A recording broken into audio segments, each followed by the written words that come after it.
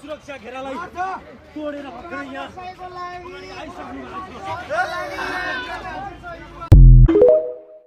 दुर्गा प्रसाई आफै अगाडि बसेको हुनुहुन्छ। प्रहरी घेरामा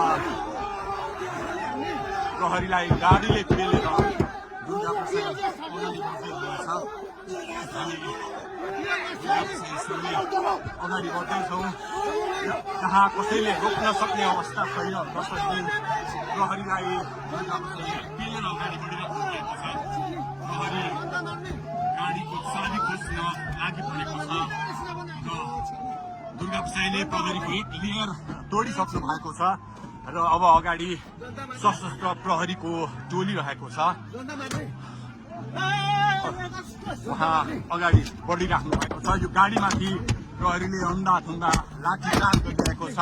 तपाईँ देख्न सक्नुहुन्छ दुर्गा प्रसाईको गाडीलाई प्रहरीले रोकिराखेको अवस्था। उहाँले यो प्रहरीका सम्पूर्ण सुरक्षा घेरा तोडेर दुर्गा प्रसाई अगाडि बढ्नु भएको छ र यति बेला तीनखुनेको यो पुलबाट अगाडि बढिसकेको छ। यो दृश्य अगाडिपट्टि